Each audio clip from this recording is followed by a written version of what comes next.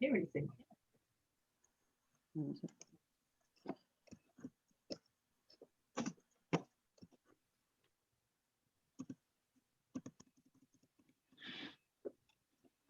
Is anything happening, Mary?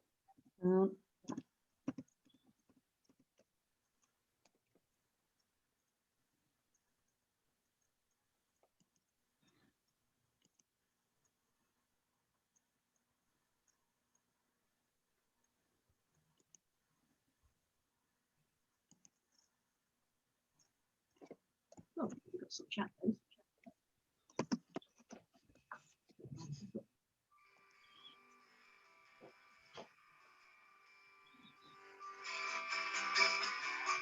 Did we do well, my darling girls? Some of you may recognise yourselves in these pictures. We grew you up to be straight, to do your best to know right from wrong. They grew, moving along. And tougher girls, and part of your strength was to take it. Hi, Irina. Nice Okay, but it's hello from Miami. my darling girls in this Here we are today. mixed up. So, good afternoon, everybody.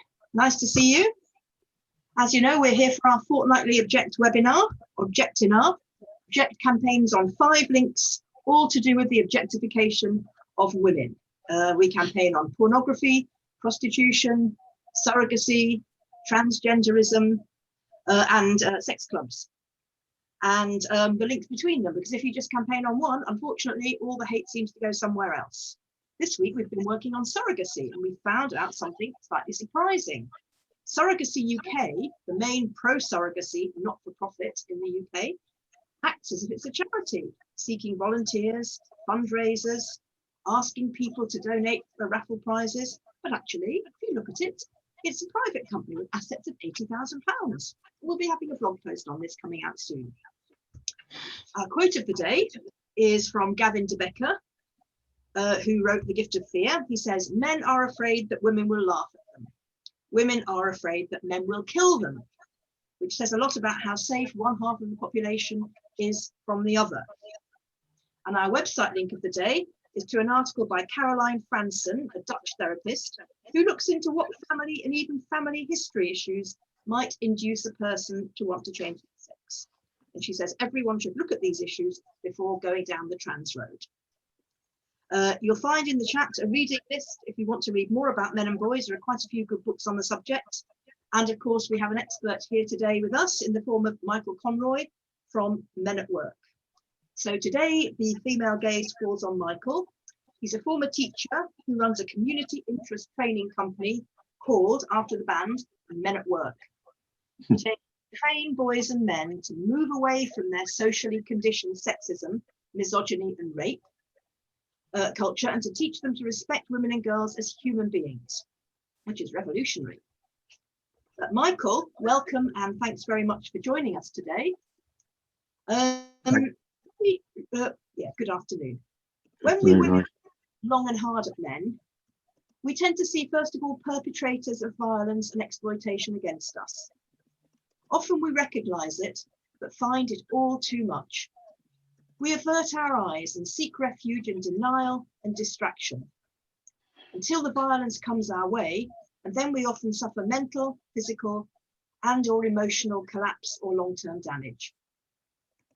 After the perpetrators, we see the namouts, the not all men are like that people, the self-righteous, complacent ones who may still believe in and operate bros before hoes, but they say that they personally are not hurting anyone. They're still, nevertheless, taking quiet advantage, not just of the sexual exploitation systems, porn, prostitution, and so on, but of all of the systems in society that favour men. Oh, sorry, my male cat's just walked out of the room. I think he's taken offence. Pretty obvious, I think. Finally, we see the third group, the rare men who actually do something about it. And men like you, Michael. We may resent the fact that you earn your living from our victimhood and distress, but on balance, we want your work to be effective, and we want men's behaviour to change a lot, and to change soon. So, Michael, would you like to tell us a little bit about your organisation? Yes, thank you.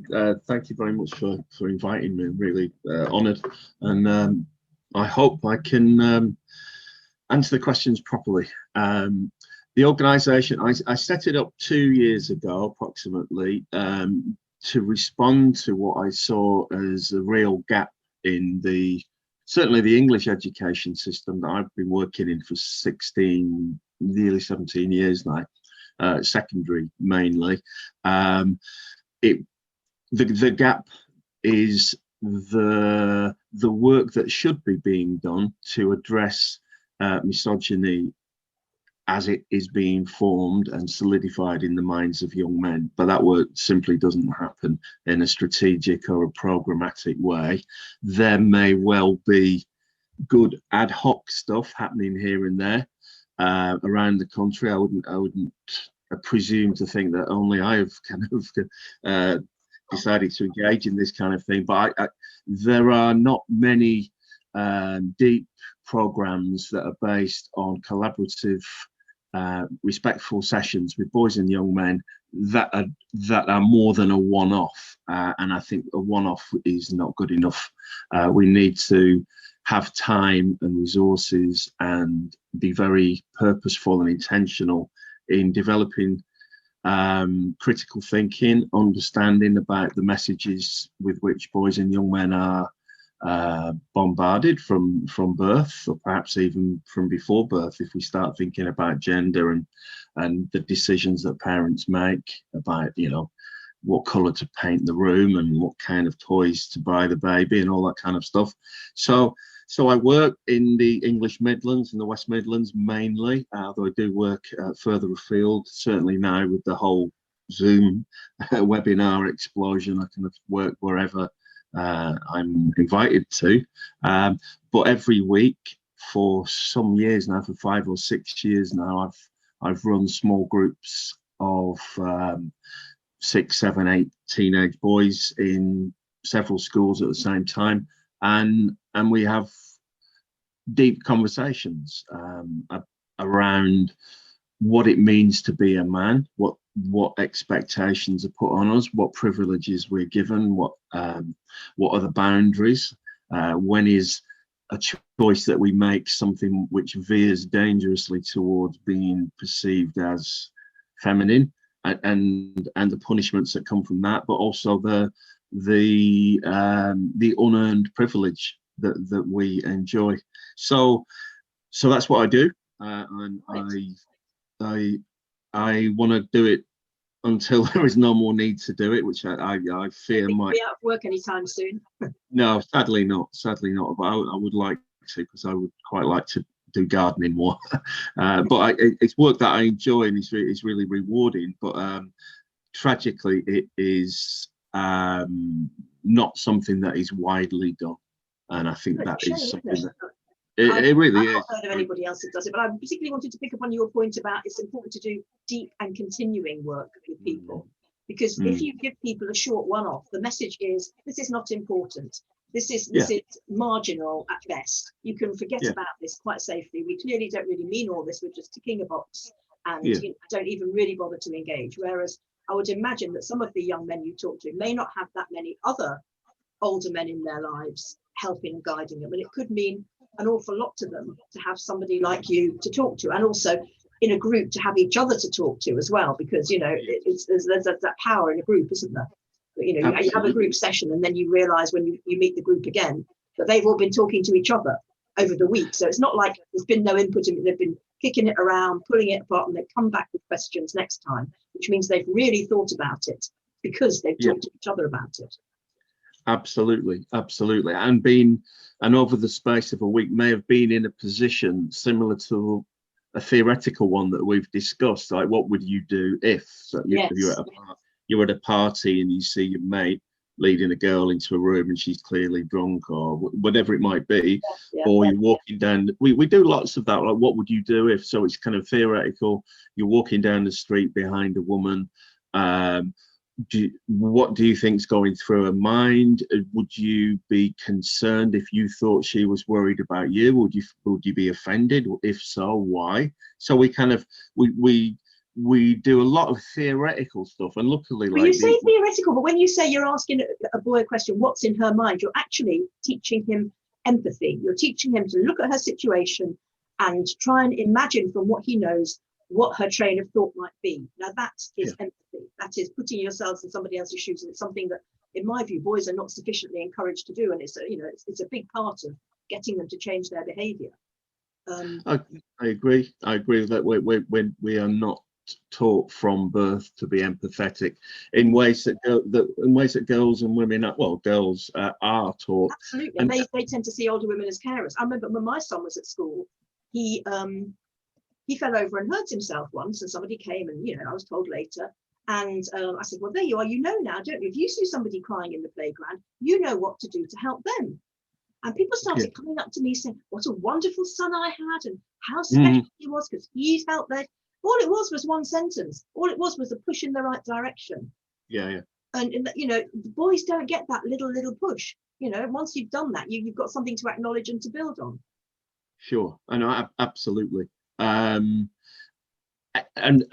to acknowledge those kind of early messages that we are either given or not given. We look at things like messages on birthday cards, toys. We look at toy websites sometimes. The conversation is very open-ended, but the objectives are to look carefully at how we are built collectively, not as physical beings. That's a given. We are who we are physically, but beyond that, we are the sum of the messages to which we're exposed, and the decisions we make about how we respond to that. And there are so many influences, as you say, you know, parents, carers, siblings,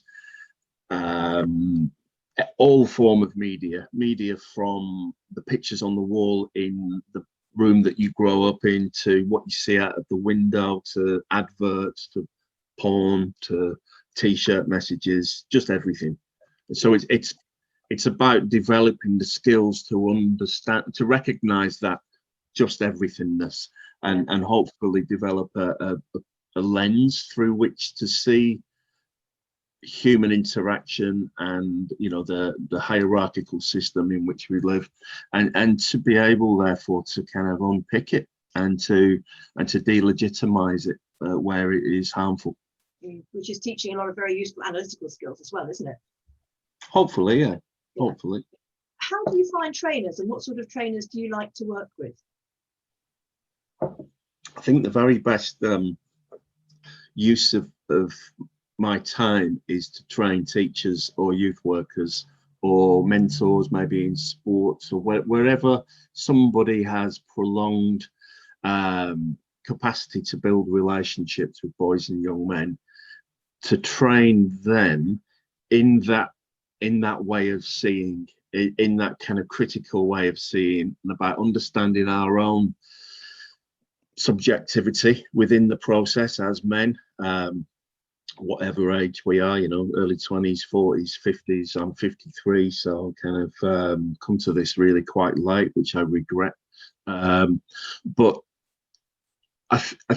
I am rarely, I rarely find teachers, youth workers, mentors who don't want to do a good job, or who don't have the young people's best interests at heart. Of course, you know, professions are enormous. If you've got 500,000 people in a profession, some will be vary, you know, they will vary hugely in that. But most of the colleagues that I come across want to do well, are very heavily overworked, have huge burdens on them, on their time and expectations. But I think being imaginative enough and being imaginative enough to see the point of this work is really important.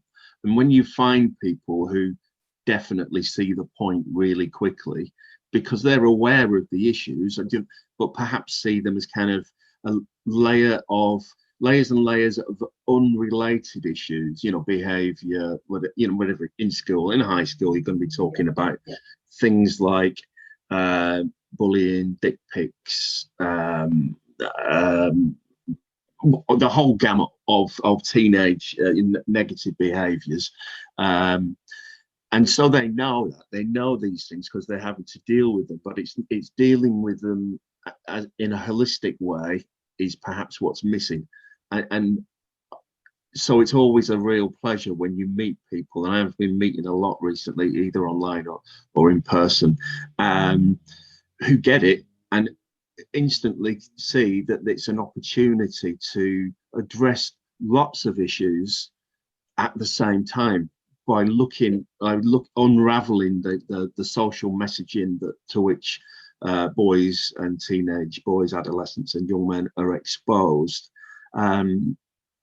And that process is something that I think is something they take away in a toolkit, and hopefully, they use it in their own lives as well, because the work has to affect the facilitator as well, because we're not transmitting things, in a hypodermic needle. We are not involved because we are, as men's facilitators, very much involved, because this is the world that we grew up in as well.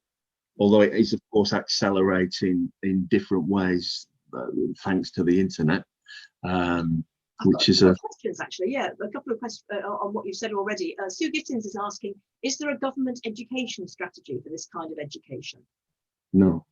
No, we're not really talking about. What's that? No, there isn't. They do citizenship and all that stuff. There was a new relationship, sex education and health framework from the Department of Education. Yeah. That was penciled in to be launched in September 20. Now, obviously, COVID has delayed and to some extent derailed that. And there is a welcome mention and focus of schools' responsibility to address misogyny, but as it's a recommendation and there is no body of resources attached to that. No one's really done it properly. Yeah. No, I think the phrase is schools should be alive to the potential and reality of misogyny and homophobia and sexism. So is this yet another demand that's being put on schools without any real help for them to fulfill? Yeah.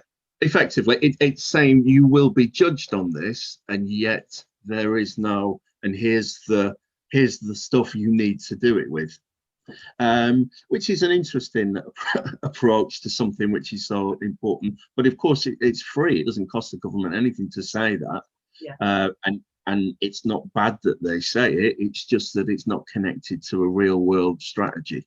And then there are, talking about English education system, which I know more than others, although, there are some slight changes in the devolved nations.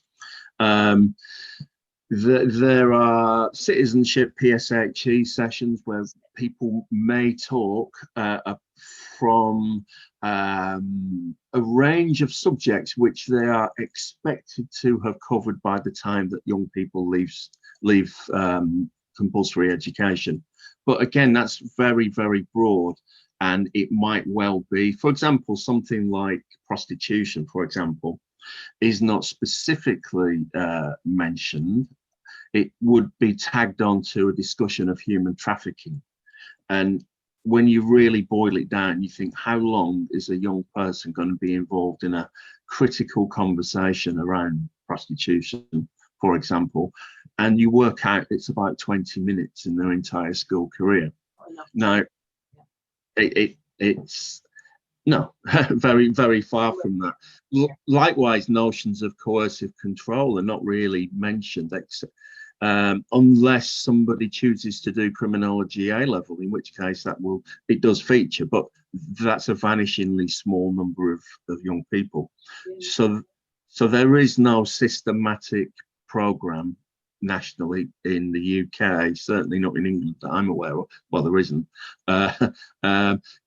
based on evidence-based approach to understanding the root cause of misogyny. It doesn't exist, and that is outrageous and shameful and dangerous. It's a danger. Like, we're allowing our culture and all the hate in our culture to lead these boys down the primrose path about thinking, yeah, I'm turning into a man, I'm ticking all the boxes, and actually a lot of them ends up in prison and in failed relationships and in all sorts of a mess. So it is a absolute tragedy, as you say. I've got one or two ex-teachers, I think, listening, and there's some very practical questions in here.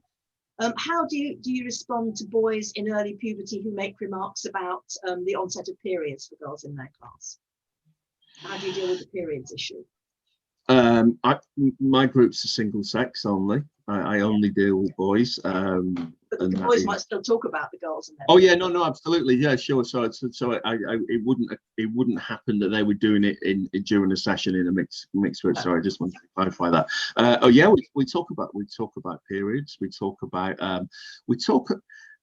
often that conversation is about blood. And men's reactions to blood in TV and films and games, video games, you know, whatever they're playing, Call of Duty, Fortnite, GTA, Grand Theft Auto, whatever games they play, and whatever films they watch. Often they've watched some really horrific.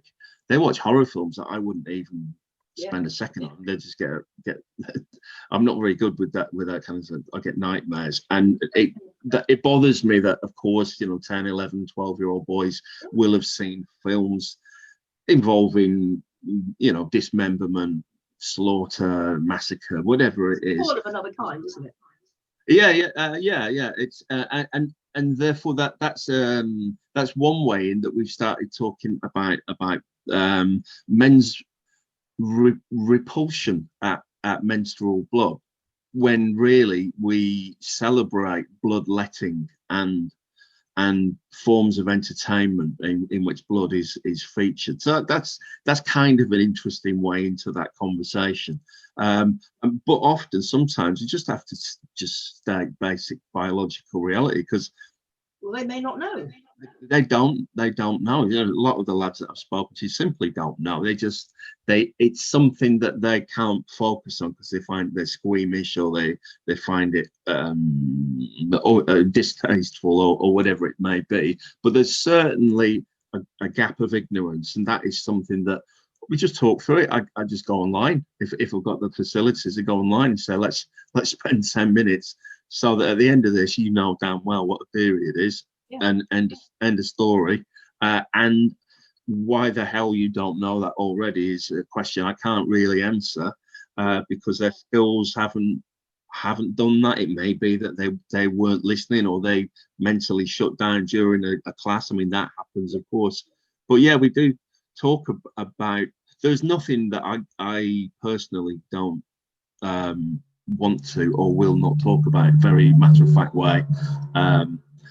And that's a shame. Again, that speaks to the way that we expect teachers in schools to deliver PSHE sessions, and they've got very, very little training, hardly any subject specialists, which I think shocks some people when they realise that most PSHE, RSE sessions are delivered by geography teachers, maths teachers, English teachers, PE teachers. Yeah. Any old teacher, and of course they're very anxious about delivering it, and their anxiety comes across. It leaks out, and the kids get the idea that these topics are teachers that the teacher's not comfortable with, so they won't come out with their questions, and they will pick up on that anxiety and feel that anxiety themselves in looking at these topics.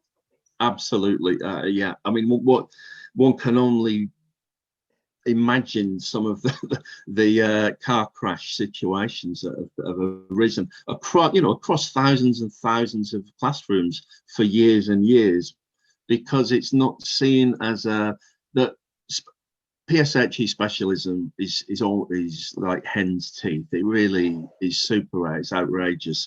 And then people are asked or sometimes volunteered to do PSHE sessions, but they personally, as you say, are not sure of their own opinions on some subjects.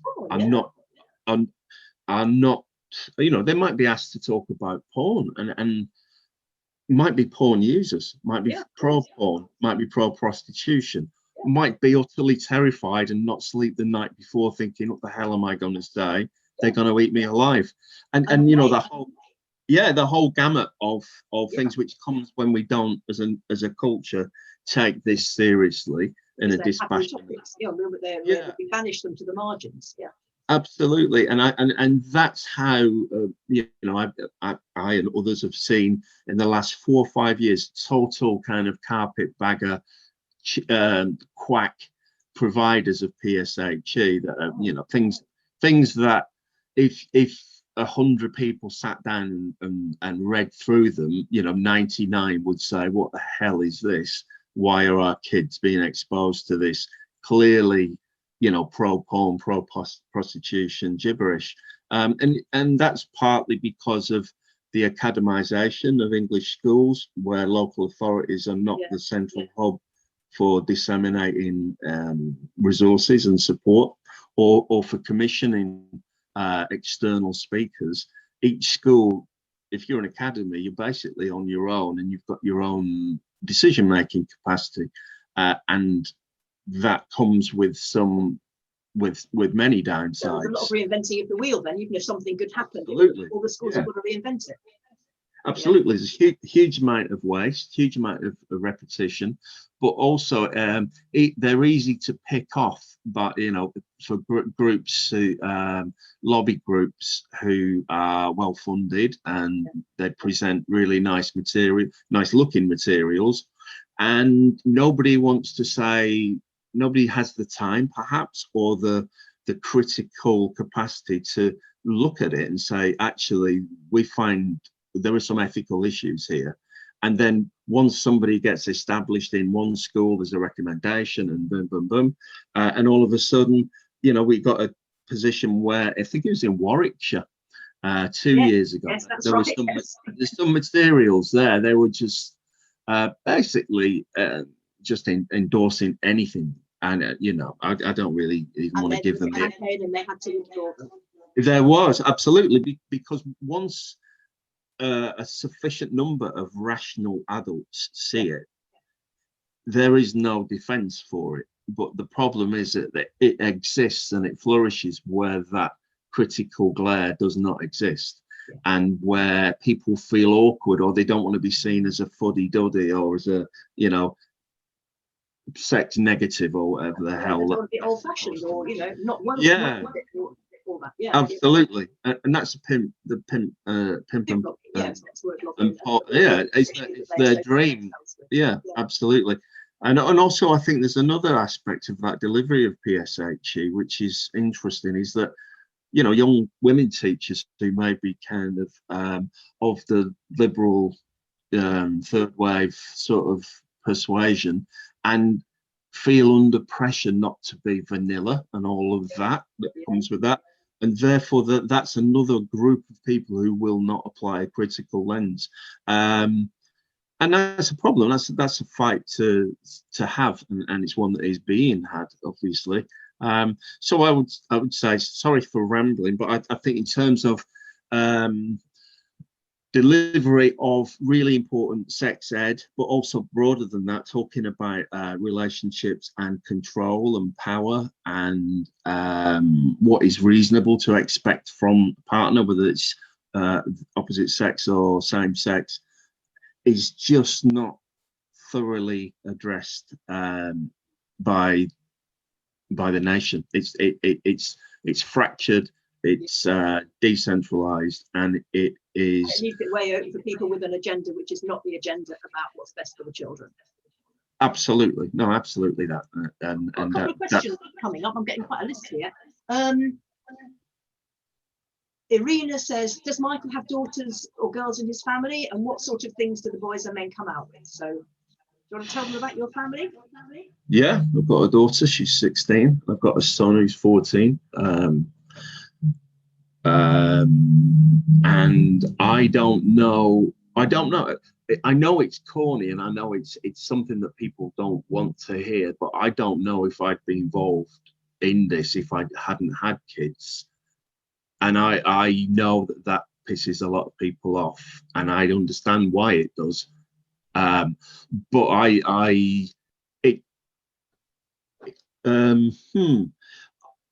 it does help to, as my daughter has been growing, and my son, as you know, both, I have started to see the world through their eyes, in a sense, in a way that I would never have thought about.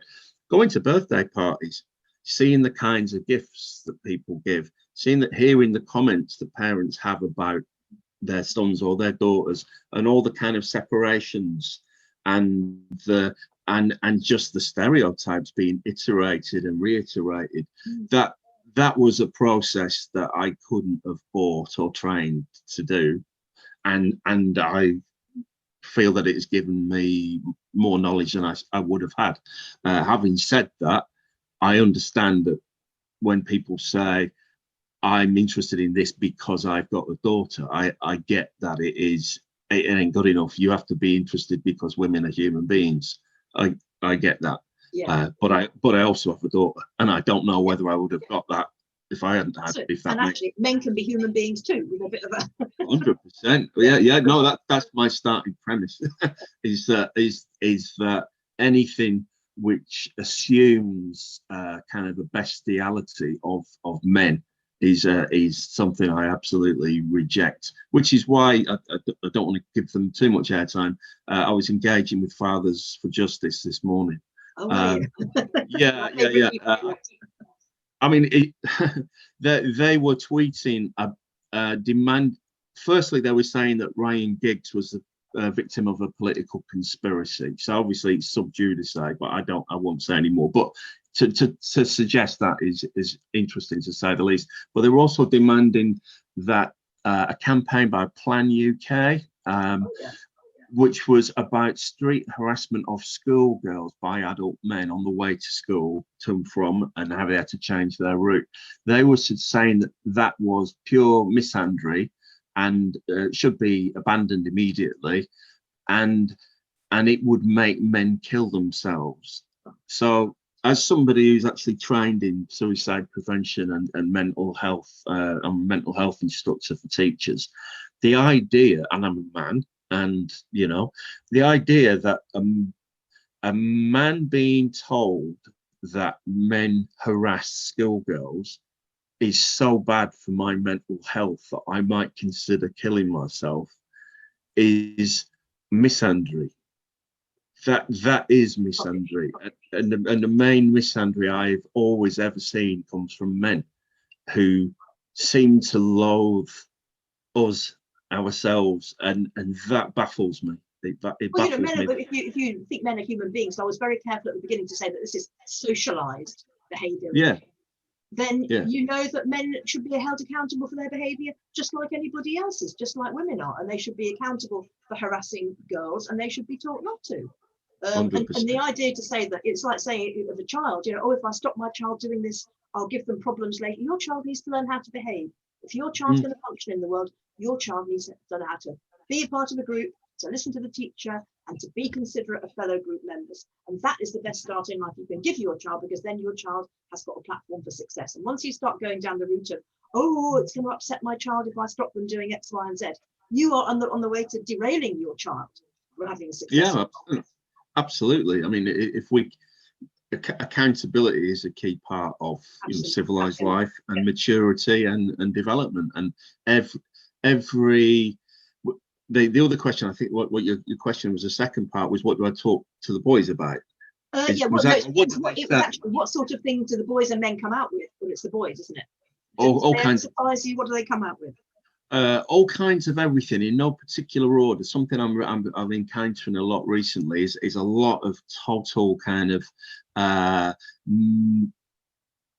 they believe in the myths of the porn industry, hook, line, and sinker. Some do. I mean, some don't look at porn. I mean, they arrive in the group for a variety of reasons, which maybe I can talk about later. But I was talking about OnlyFans the other day, this thing that's cropped up in the last couple of years. There's an English guy who's made 2 billion quid out of it, and it's like a giant Ponzi scheme, basically. But there are some high profile, I think actors, are they actors? I'm not sure if they're in from porn or they were actors otherwise, but who have ostentatiously made a lot of money. But they were people with 2-3 million followers already, So when they flipped to OnlyFans, of course they're going to take those fans with them, and they can make huge amounts of money. But that is, as with prostitution and porn generally, the thin end of a very different pyramid, or the tip of an iceberg, which is very different. So they are easily persuaded of the mythology of people only do porn because they want to. Why would you be a prostitute if you didn't like it? You can get a different kind of job. You know, that uncritical acceptance of things which are put to them. Yes. And those are conversations that we have about getting to the facts of it, really, and asking the question, why do we want to believe comforting myths? You know, I wouldn't necessarily launch into that at the first time I ever met anybody, but I would note that they'd said it, and then come round maybe a couple of 2 or 3 weeks later and say, you were saying that the other week, and now we've got this thing that we're talking about, and it's connected to that. So you do have to listen really intently, and not necessarily jump on every single thing there and then at that time, because you've got that's the beauty of having a program and a regular meeting, that you can not ignore it, but schedule it, and know that you've got some resources that you don't have with you there and then, that you can bring, and you can start a conversation in which that will take its natural place, and the lads will see the point of it, rather than saying, I've got a list of 10 things and I need to tell you them all, regardless of your mood or the dynamic in the room. I'm going to do it because that's on my list. That's not how I personally. One direction communication, isn't it? Which a lot of people are likely to switch off from. Absolutely, it's there's a time and a place for lectures, and I think this isn't it at all. I think, you know, you need to know where the fire exits are, and that's just one-way communication. Get it? But when you want to draw from young men the extent to which they've been socialized, and the reasoning they use to sustain it, or the conflicts that they might be in, I think you just got to listen and find out who they are, and why and how and what. And why should they trust you if you're not even interested enough to listen to what they say? You know, in fact, somebody's asked, how do you get the boys to actually care about the subjects that you teach? And I think maybe we've partly answered that already by saying it's not just teaching, is it? It's not just presentation. It's part of it is picking up on what they bring. But would you like to say any more about that? How do you get the boys to care about the subjects?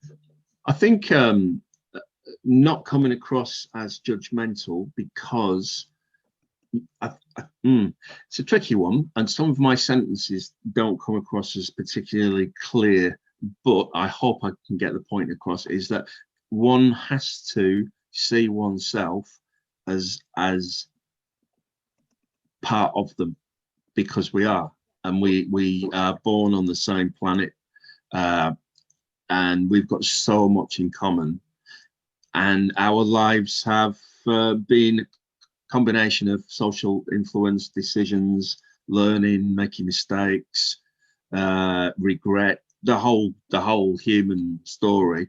And if you take that genuinely to a group of boys and young men, and see yourself as somebody who's done a lot of thinking and reading and listening, but also somebody who's made a lot of mistakes and been vulnerable and been fearful, and exposed to dynamics of male groups, whatever they may be, either professionally or as in peer groups. I think if you just go with authenticity, you will get authenticity in most cases. And I think if it's really important what you said about it's not you and me, it's us, isn't it? Us men. Yeah, absolutely. The process done to you. And I think the point about sharing vulnerabilities, I think that's something that's very hard for men to do, isn't it? You know, usually if a man's going to share his vulnerability, it'll be with a woman because she doesn't really matter. Sharing vulnerabilities with each other, that's very powerful. Of course, you're role modeling when you do that, aren't you? You're role modeling that it's possible for men to do that and retain their dignity and retain their self-esteem and not get laughed at, because they're probably not going to get laughed at. And if they do laugh at you, you ain't going to care, because you know it's important to do it. Yeah, and often if there is any kind of laughter, then it would be it's fear speaking. It's just a different voice for fear. Or it's discomfort and glossing over Yeah, or the deep yeah, feeling that might come absolutely. No, absolutely. I think authenticity and really, okay, I think I've got to go beyond just being honest as you can be, but always bearing in mind, you know, this isn't this isn't an opportunity for us to tell our life story to a captive audience. You know, they're not our therapy group. We have to be completely aware of safeguarding and, you know, keeping the young men safe, and, you know, very clear ground rules. And we've got listed about 8 or 9. Sometimes they add them. So, you know, it's about, you know, what is said in the room is respected, and we share the air. Nobody dominates. You know, pro-social modelling within the group. I mean, but some are more reticent than others, and that may last the program of 8 or 10 weeks. But you might see a sudden shift because they suddenly feel able to speak about something, or some who may start very vocal may go very quiet, and there are reasons for that. But there's always a lot going on in their own lives, which is why really close communication with the staff in the school is important.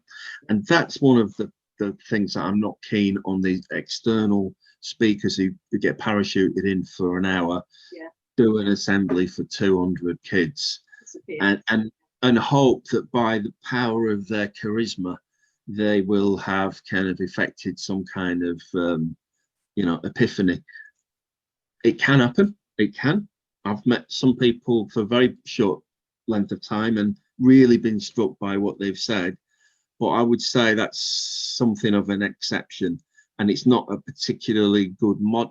I mean, they're not also that those groups often charge quite a lot of money, and you think that that's an extraction of assets from that school. Well, isn't it? Yeah.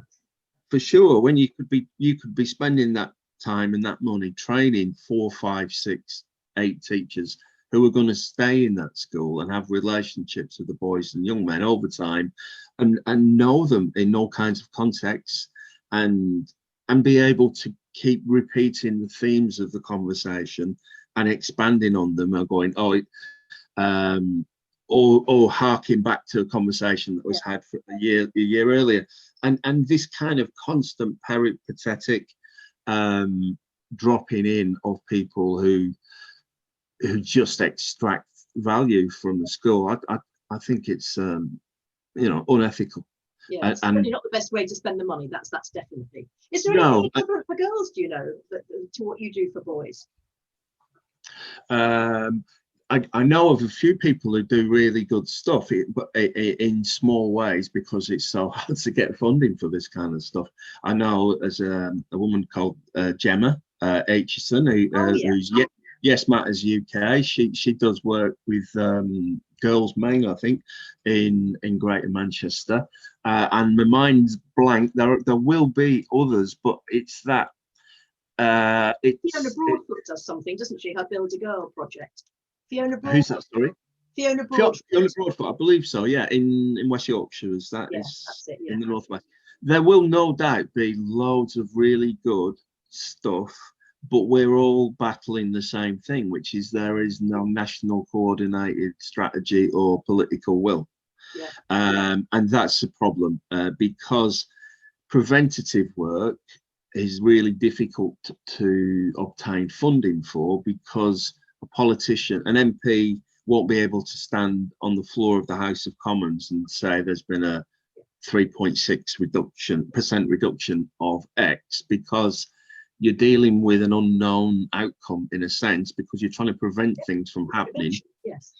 And therefore it's difficult to quantify. So you do rely on qualitative anecdotal feedback from schools or youth centres or wherever it is, where they can comment on an outcome of individuals. But that is very difficult to persuade on a national level, and that's a shame, because some things which are easy to quantifiably report on not necessarily so impactful. Yeah, yeah. Can I ask you what sort of thing you do teach boys about the sex trade, porn, prostitution, and you know, lap dancing clubs sort of things? Yeah, it's entirely critical. No grey areas. We talk about poverty. We talk about the route from care. But lots of young women and young men actually end up in, prostitution and sex work. Have been in care or have been abused as kids. There's you know, a wealth of statistical evidence about that. I go online and find newspaper reports. I try and find things that are mainstream. Therefore, it doesn't seem like I'm just kind of crowbarring in kind of minority views, but you know, there is very easily accessible facts about such as, you know, the child care, having been in care, you know, it's a kind of a pipeline for prostitution in some cases. We talk about who really makes the money. That's a difficult one, because I think it's a defense mechanism that boys who are starting to watch porn, they want it to be true that everybody's happy, and they want it to be true that people have chosen it as a career just like any other career.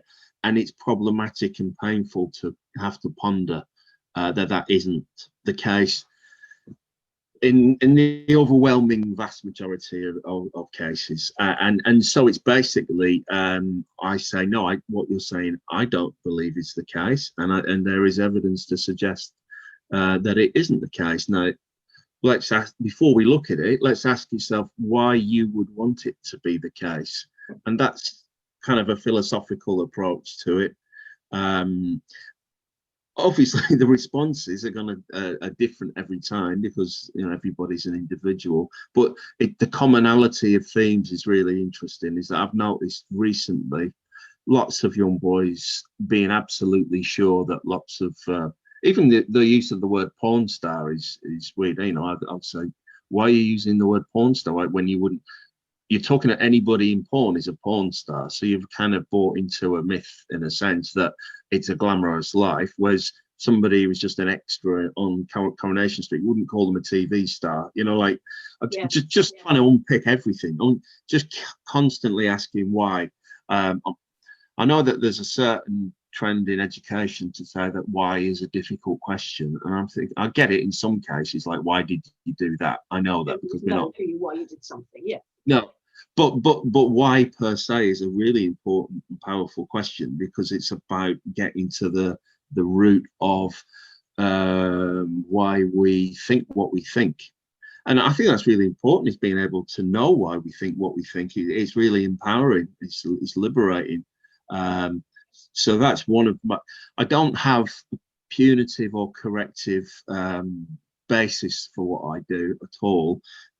It's exploratory, it's you know, egalitarian, and we're all equals in the room, apart from, you know, as an adult, I know that I have to maintain boundaries and have to be aware of safeguarding. You know, I'm not some kind of multicolored haired rainbow unicornist at all.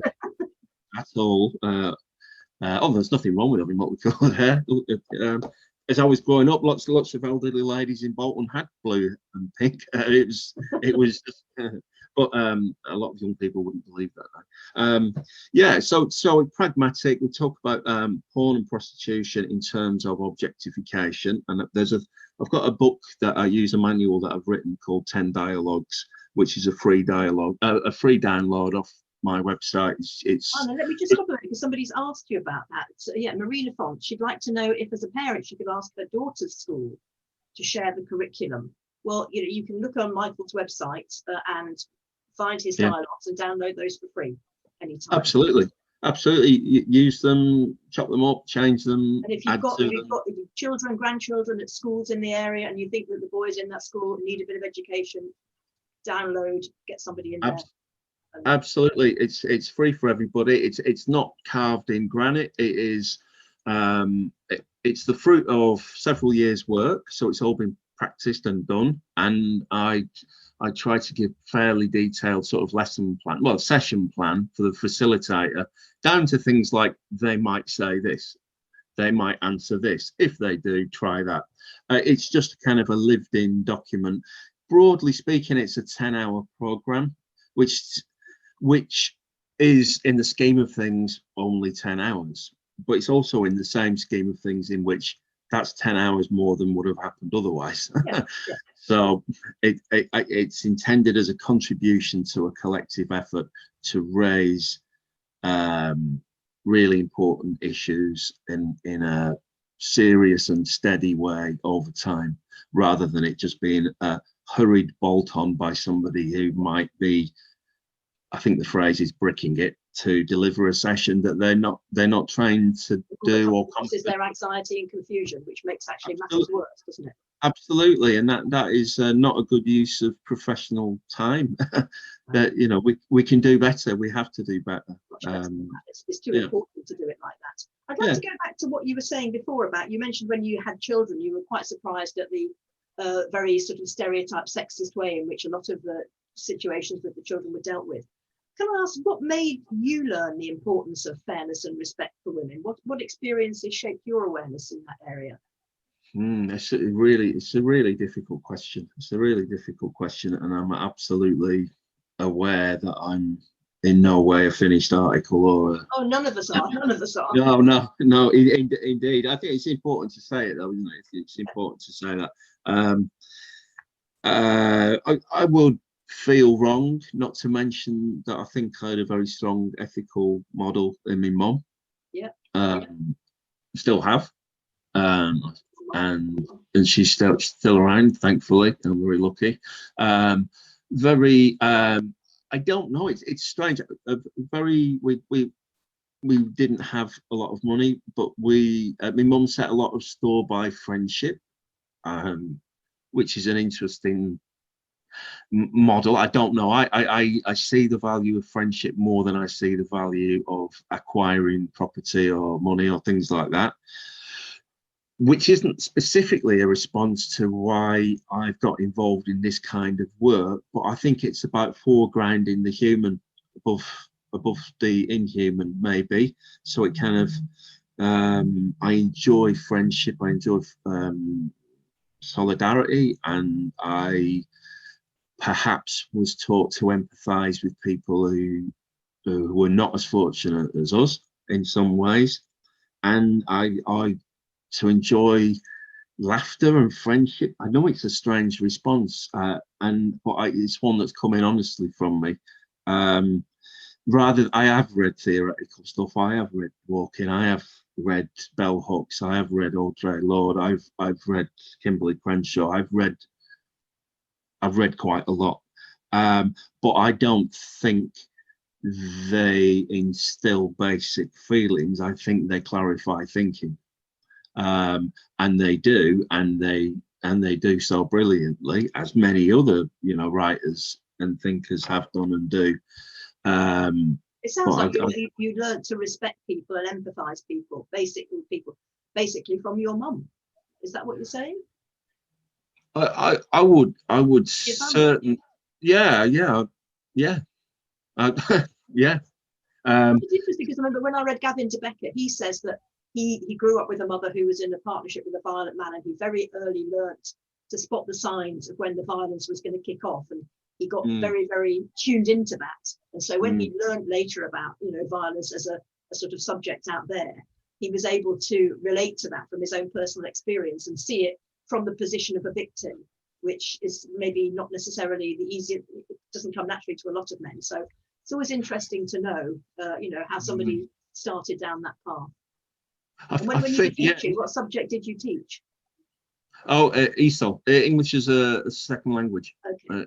Yeah, I did that in England and abroad quite a lot in FE until the FE classes were all decimated about 10 years ago at a stroke, virtually. Yeah, I also used to teach Spanish and Italian to adults, but mainly ESOL.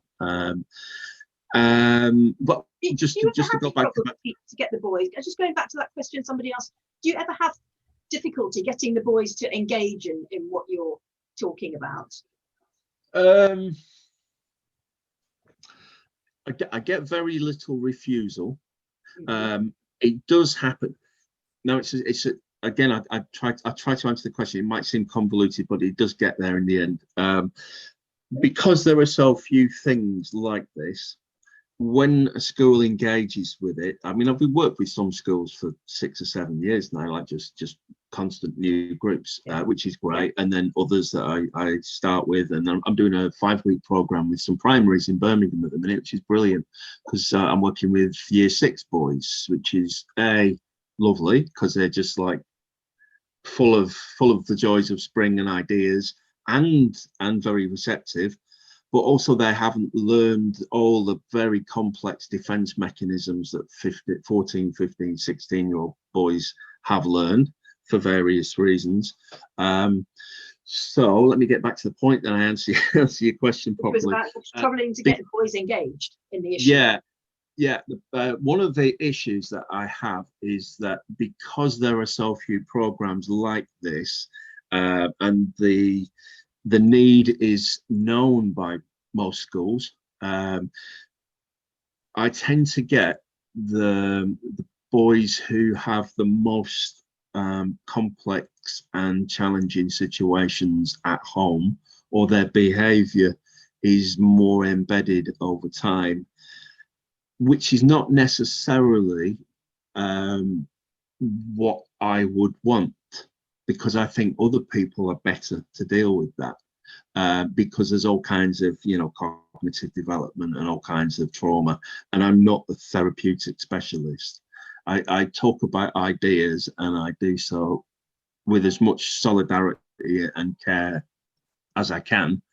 But that's an indicator of the poverty of our national provision and our national imagination. That it's like, if you were the only first aider in a town, you would end up being asked to operate on people, if there were no doctors. So one of the problems is that some of my the young men that I've worked with, or I do work with, have really difficult shit lives.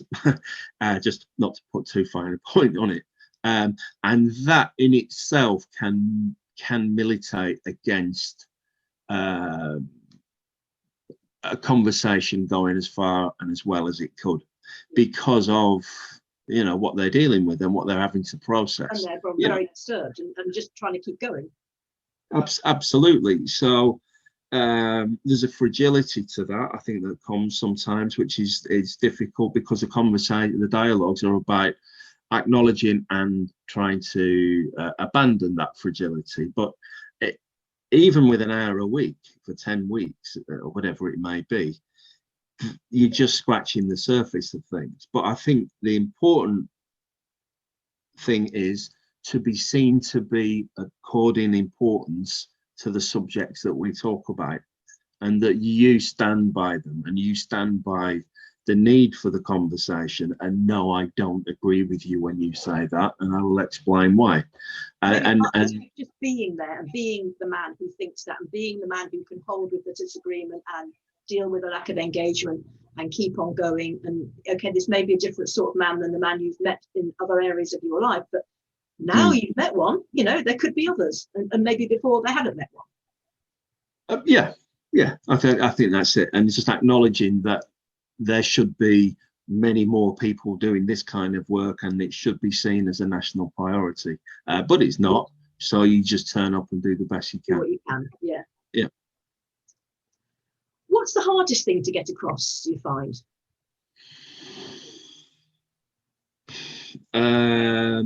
I think notions of belonging to groups of friends, and the need for friends, and the need to belong, but the cost. That's a big part of the conversation and the dialogues, is at what cost do we maintain friendships. The other problem is that if you have you have a relationship, with your family, like, that, and you respect them and you love them and you have a debt of thanks that you're aware of, but the messages that come explicitly from them run counter to what we talk about in the dialogues. And I think that is a difficult one, because I don't want to undermine anybody's kind of loyalty to a family. I mean, what the hell, why would I? Although some people do, some of these quack lobbyists do, of course. They want to drive a wedge, but I think that's a vile thing to do. So you just have to be aware that there is conflict in what they hear in the room with what they hear when they go home, and that's a difficult one. But again, if you are steadfast and evidence-based and reasonable, then you're making a contribution to their future decision making, and they can skills and their ability to hold two different opinions in their head at the same time, and over time to maybe move more towards one or to the other, which is a key skill, isn't it? In any kind of growing up in a society of any kind, you have to be able to deal with conflicting views and maybe not resolve them instantly, but over time start to form your own opinion from evidence. Yeah, absolutely. Yeah, that's it. Yeah. Well, I imagine there must be quite a few boys who've got religious strictures and a lot of input from the religions that they're part of in their home life. It's interesting in the geographical area I work. Religion isn't a big thing because it's I'd say cultural more than religion. Yeah, I would say so. Yeah. The groups of lads that I've worked with mainly have been mainly secular, mainly white, and never really talked about religion that much. Some of them may have had religions, but have gone to schools which are secular schools. Right. So I'm not up against people quoting religious texts to me, whether it's, I grew up as a Catholic and I went to a Catholic school. I was an altar boy, and I've, quite a serious upbringing in that sense. I went to a Salesian college where a lot of the teachers were priests. So I've never run up against that. So I'm kind of in a secular, in a rural county, and when I'm working in Birmingham currently, it's a total inverse of that, and that's fascinating, and I love it, to be honest. I love that difference, and it's so strange to think it's only 20 miles away. But I'm aware after some few sessions there that religion is a much bigger part of their collective, like cultural identity, in a way that is not something I've encountered a great deal here. Although I do work quite a bit with some Gypsy Roma traveller boys who've got a very distinct cultural outlook. Obviously, they're always individuals, but those are interesting conversations to have. Because I think quite often girls get partnered up very young, don't they? Get married very young sometimes in Roma groups. Yeah, I believe so. It is and may or may not use public transport, and all kinds of interesting variations thereof. But yeah, I am aware that other people work in much more cosmopolitan, multicultural settings, and that is something that in the dialogues, perhaps if anybody wanted to use them, would make more specific, because they're fairly non-culturally specific. So it could well be that to make them more effective, people can, add inflections that are more appropriate to one group of people or another, or a mix of cultures. What about issues like surrogacy and the pressure to change your sex? Does that crop up in your groups at all? Yeah, everything can. Because we're talking about social norms and how they work, and pressure and mental well-being, and how we view women, as servants or as providers or as, I'm not quite sure who said this. I watched the TV program. I'd love to know who to credit this phrase to. Who said, "I'm not your support human." Oh yeah. I don't know who said it. Whoever said it, hit the nail on the head. Yeah. It's so yeah. A conversation about surrogacy would fit beautifully into that. It could be about other things as well, but also about gender. I mean, I don't tell people explicitly that, but we don't have explicit conversations about dysphoria, but we do talk about dysphoria because it's in an extreme case, these insane rules that we've got, these abstract, silly kind of cultural things can make you utterly miserable, and it could play out in all kinds of ways. You know, we talk about mental health and about suicide, self-harm, substance abuse, risk-taking, and we are talking about gender as opposed to sex, because gender is the object of the whole thing.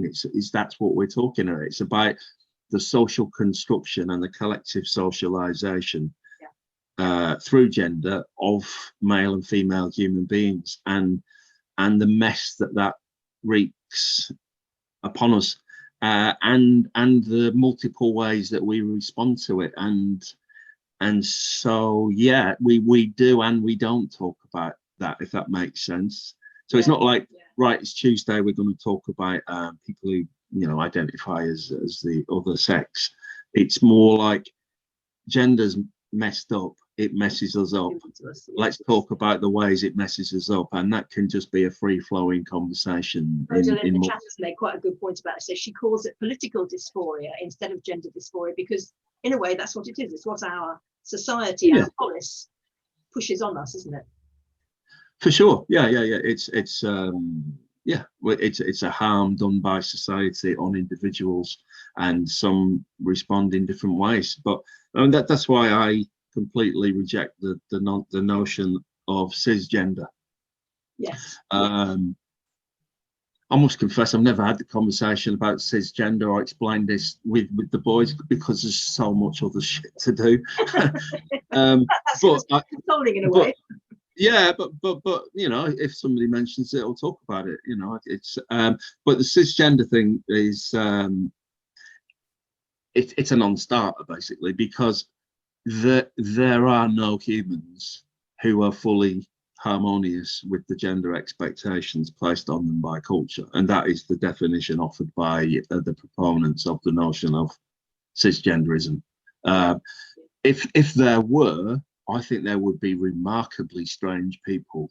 They would basically be G.I. Joe and Barbie. They wouldn't be human beings, because no sentient person can feel fully happy and relaxed and at ease with the stuff that is given to us to be as a man or a woman, and also that they're so culturally and historically specific and shift.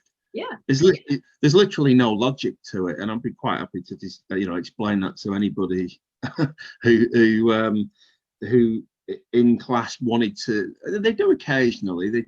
They refer to it like it's more of a joke in a sense, in that they say, oh, I'm identifying as a girl today, or whatever it might be, because that whole discourse offers so much potential for that, because it is so not rooted in logic.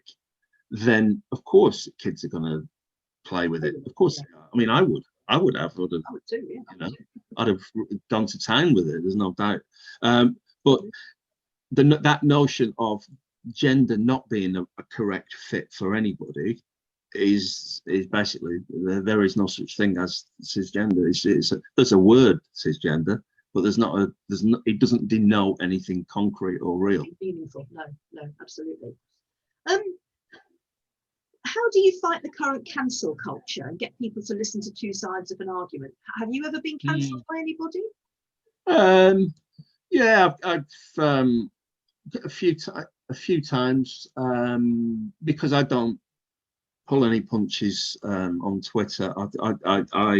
I see male violence is something I'd like to contribute towards illuminating and perhaps delegitimizing. You know, that's a very simple thing, and so I won't not talk about some aspects of it just because I think I might get a few more gigs in schools. Because at the end of the day, you might die. I might die tomorrow, and I don't want to die doing something which I think is dishonest. So yeah, I do talk about you know, the whole. I support groups like, you know, Women's Place UK, Fair Play for Women, yourselves, because I agree with what you're saying, and I think I'd like to amplify your voice. And yeah, occasionally I think I have lost a few engagements because of that. You know, that engagement in the dispute about women's rights being sacrificed by the embrace of a very incoherent ideology based around gender identity. But okay, I'm not starving. It's a lot worse for a lot of other people, and basically I just want to be consistent, and I can't not do. With all the next, you can't not say it, can you? You can't not point out what it is. Yes. No. The harm that's being done to a lot of people. No, absolutely. What about queer theory? What do you think about queer theory, Michael? Very popular. Yeah, it was. Yeah, well, it would be, wouldn't it? Because it's so patriarchy friendly. Yeah. With any theory, basically, theories are fine. You know, theory's great. Expend energy having a theory, terrific. You know, do some mental weightlifting and enjoy it. Keep policy separate. Just keep it separate. You know, go to San Francisco, go to a Judith Butler lecture, do what you want, enjoy. Never get involved in safeguarding, never get involved in public health, never get involved in the law. So I don't know. Am I being fair? Hopefully. I don't agree with you, whether you're being fair or not. A theory is good until the next theory comes along. And as far as I can see, queer theory turned all the previous stuff on its head and then looked at it again and found it was exactly the same as it was before. Yeah, absolutely. It offers no challenge to male violence. In fact, it facilitates it by dissolving the language that we need to talk about it. Yeah. So I am antipathetic to it. I get it. I've read it. I studied it. I did quite a lot of it at Masters 20 years ago.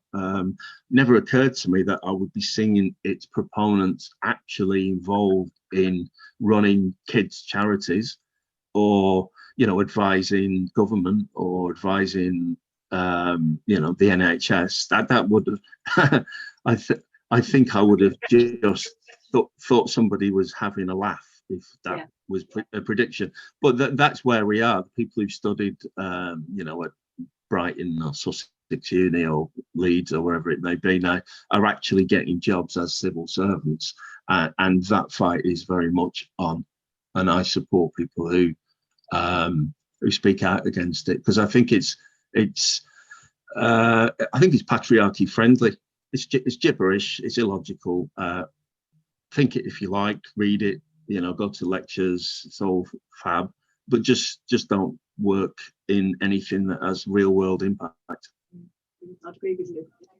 What have you ever had a particularly difficult boy? One that you really felt you weren't getting anywhere with? Yeah, of course, yeah, for sure. Did you ever get any insight into that later, maybe, or what did you learn from it? No, it makes me. I sense the deficit in myself, really.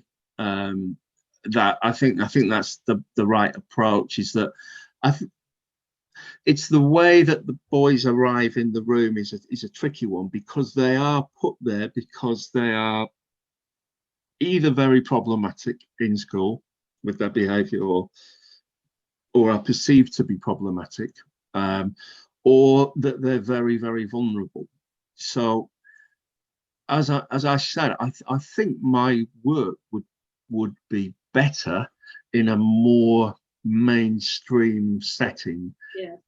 because I feel frustrated at my lack of ability on occasion to really reach out and give the young man or boy what they really need, but it's beyond my capacity. In a sense, in that case, you've been set up, haven't you? Because for some of the boys, they will see this as maybe punishment, or they're being perceived as in they're needing this as top up because they're inadequate, and that's not, whereas actually this is something that all boys should be getting. Oh, absolutely. Is it? You know, a lot of, we know all those super normal boys out there. Oh, boys will be boys. It's fine. They all need it too. So in a sense, you're starting from 3 paces further back, aren't you? When they're all set. Yeah. There is that is a fact because of the scarcity of the supply, if you like, of this kind of work. You tend to get like a funnel or a top red priority list of, and it's schools who really want to support them, and they look around, they don't know what to do, they don't know where to go, they don't know who to ask, and so they're operating with the best of intentions. It's just that we are collectively operating in a very dysfunctional national culture that is marked by a lack of what there should be. So I do what I can in the situations that I'm given, but want there to be many, many more programs like this so that we can link up and help each other and amplify each other's voices and get kind of proper governmental support. Because, governments that commit to, tackling domestic abuse or coercive control or whatever it may be, that's so easy to do. It's so easy to say it. I mean, and then as they did last week, vote against things like keep it, a register of stalkers and, just completely not matching their words with actions. And it's being counting, isn't it? If you're having a ready, you're just counting the people who are stalking. Let's face it, human beings, they're not stalking all the time. No. People are going to, sometimes they're a stalker and sometimes they're not. It's counting something instead of dealing with something, isn't it? We need a political will. That's what's missing fundamentally. There is no political will because it's not something that is affecting people in positions of power mainly, poor. And therefore this work, I see it as part of a constellation of other kinds of campaigns like your own, obviously, against prostitution, against porn, against stalking, against street harassment, sexual harassment in work, because it all boils down to the same thing about the mismatch, the disparity in power between male and female human beings, and which is why I don't think that it is in any way helpful just to start tinkering with the nomenclature of what man and woman means. That's just a complete cul-de-sac, and in fact does more harm than good. Some individuals might feel personally liberated by it, but personal liberation is like getting an escape pod from a doomed planet. Well done, but we're all stuck here. What are we going to do now?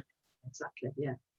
We're coming to the end of our time now, and I've got a gentleman who's been waiting for quite a while for an answer to his question. I've got an answer to him. It's a guy I call Philip. He says, how can a man make amends for participating in structures of sexual exploitation and domination? And I would say, first of all, do something about it. Join an organisation, do something. Second of all, you spent a whole lifetime being paid an awful lot more than a woman for doing an equivalent kind of work. Put your hand in your pocket and make a very, very substantial, regular donation to a feminist cause that will make the world a better place. So that's what I would say to you, Philip. Is there anything you would like to add to Philip, Michael? No, that's spot on. Yeah, okay. You've had your realisation. Good. Support people who are fighting the things that you now realise are bad. And challenge other men when they come out with this stuff. Yeah, absolutely. Yeah, tell people that you're doing it. Not for medals, but just so that they can see that there are men who have learned and are wanting to, make amends, whether it's, something you feel like that is the right word for yourself, or to do the right thing. Yeah, and almost all groups that are doing the right thing are underfunded, and that is its own historical tale. So yeah, support support women-only shelters, support campaigns, do something. Yeah, I would agree. Thank you very much. And we have now in the news this weekend got somebody called Justin Baldini, a young man who is calling out the toxicity of male culture. So, you know, few and far between, but there are a few, and we hope there will be a lot more. And I'm sure some of the young men that you've dealt with will have gone down a slightly different path and may mature into the kind of man that can make the change rather than, you know, go with the flow. That's it. That's it. Yeah, that's the whole. Yeah. Thank you very much for joining us this afternoon. It's been very interesting talking to you. Thank you, Michael. In 4 nights' time, we've got Heather Brunskill-Evans talking about her new article about transgenderism. And of course, we'll be discussing the recent judgment at the Tavistock, whereby they decided that if parents agree, a 16-year-old can have hormones after all. I think it's an invitation to all the homophobic parents to get their children conversion therapied, but we'll talk about that in a couple of weeks with Heather. So hope you'll be able to join us then. Thanks again very much, Michael. Thanks very much for joining us. Bye-bye, everybody. Really good to see you.